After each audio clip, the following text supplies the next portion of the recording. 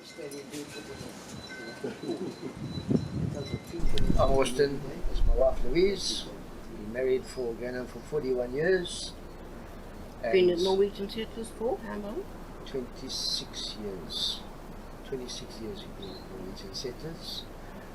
And we got some stories to tell about cancer issues. So what happened is I got diagnosed with breast cancer in October last year. And then they said no, it was just a hormonal thing. And I could just take hormones and it would clear up. I went 6 months later for blood tests, completely clear. We were just getting over that, and then Austen bit his tongue and he got diagnosed with cancer of the tongue. When she got diagnosed, we were both shocked. We were really devastated because the lady that did the mammogram, she said, you've got aggressive cancer, and we thought, well, this is the end. So we came home, and I was sitting over here. We were just sitting down there at the deck over there. We both looking very glum and wondering what's next.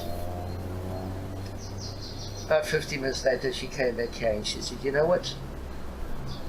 I bet the whole thing was Jesus. It's in his hands. I said, good for you. We are in it. Had the test done, went and saw the oncologist. She took one look, she said, this is fine, I've no problem, but you may still have to go for radiation at a later stage. I'm going to put you on these hormone tablets. And how many months later? 6 months. 6 months later? Blood test, clear. They took blood tests and that. I was actually in hospital at the time, in Durban. And the oncologist looked at her, she said, you are looking fantastic. Now let's see what the blood tests say. One oncologist burst out crying. Jesus, thank you. No, my tongue, I'd had a sore on my tongue for the past couple of years, which I just took it down. It's just rubbing on the teeth and everything, you know, with COVID and that. Running your own business, there's no money to go running to dentists and all that, so we just live with it. And 3 months prior to that, I bit my tongue very bad. And then it got really, really, really sore. So I went and saw the dentist, Dr. Khan, a lovely person. He said, I don't like this look on your tongue. This thing doesn't look good. He said, I'm going to file your teeth down where it's rubbing. But if this thing's not clear in 2 weeks, you've got to go and see an oncologist. No, you've got to go and see an ENT. ENT. I'm not in medical field. So I went back to him 2 weeks later. My sore was still there, the pain's there. I said, I've got another one rubbing there. He said, last time, he said, you've got to go and see an ENT specialist. So we went and saw a chemist who advised us to go and see the ENT here in Potchefstroom. He took one look at it, he said to me, he says, this is cancer. I said, how can you say it's cancer? He said, I've done enough. I've looked at enough tongues in my time to tell you that it's cancer. He said, I'll tell you what, let's just do a biopsy. Took a biopsy. Now, just bear in mind, I haven't eaten in a couple of weeks. It's just, Louise was just liquidizing me because I can't eat. My tongue is so sore. He took that biopsy. And he gave me a prescription. I think at the chemist. It was 5 o'clock in the afternoon. By the time we get home here, it's 6 o'clock in the evening. I said to Louise, I am starving. I want a steak, egg and chips. She said, are you serious? I said, yeah. Just cutting that piece out of that tongue, the pain just went. So she did steak, egg and chips. Wow, it's so nice. That's my word. Anyway, the following day, everything started again. A week later, he phoned me up to come and see me. He says, it's definitely cancer. He says, but from what I can see, it's probably at stage 1, maybe stage 2. The following week, we were in King Edward Hospital. Doctor called here and that, and she looked, she said, no. I'm referring you to Albert Luthuli. I've been told by everybody, you just don't get into Albert Luthuli. So right, so Thursday we go there, they check me out.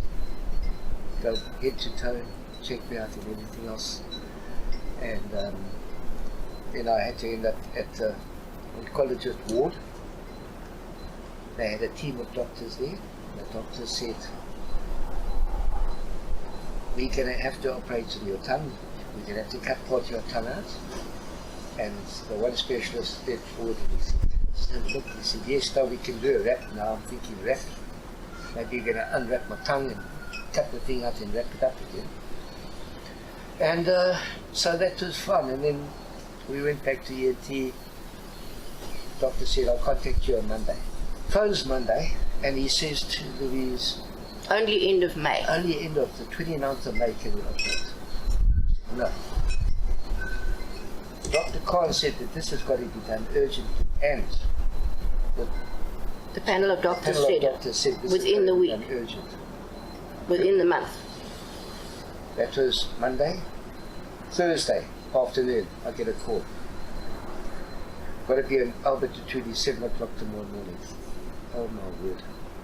We got stress factor, blood pressure, everything. And we got to find somebody to take us through and everything else. Anyway, we got there and that, and the whole of Friday, they took me, they tested they did like 15 blood tests, they tested my heart, they tested my only thing that was high was my blood pressure, which was normal. And Stress factor. the doctor said to me, he said, at your age, you are a very, very fit person. He says, we can't find anything wrong apart from your blood pressure. That's stress. And my hypertension. Tuesday, I went into the operating theatre, 9 o'clock, 9:30 in the morning. Put me under. I woke up about, must have been 5:30 in the afternoon. And what I woke up to was amazing. They must have been just changing shifts. And all the nurses and that, they were praying, praising, worshipping God. It's a very religious hospital. I nearly said hotel. It's a hotel. And they were, and I just lifted my hand and I, Lord, thank you, thank you, thank you. Nurse left me for a couple of minutes. And I thought, I wonder whether I can talk. I didn't realize they put a hole in here. I'd been warned before, it's 8 months recovery, you have to go for speech therapy and everything else. Following morning, the doctor from all here in Portchester comes on and he says, Mr. Sinclair, you're looking so fantastic. And I said, hey, and I'm feeling fantastic. You're talking. I don't believe it. I don't believe it. I just healed from there. I said, you know what, I've got no pain on my tongue, no pain whatsoever, nothing. I recovered just like that. They could not believe how quick I recovered. I just give God all the glory for what He's done before.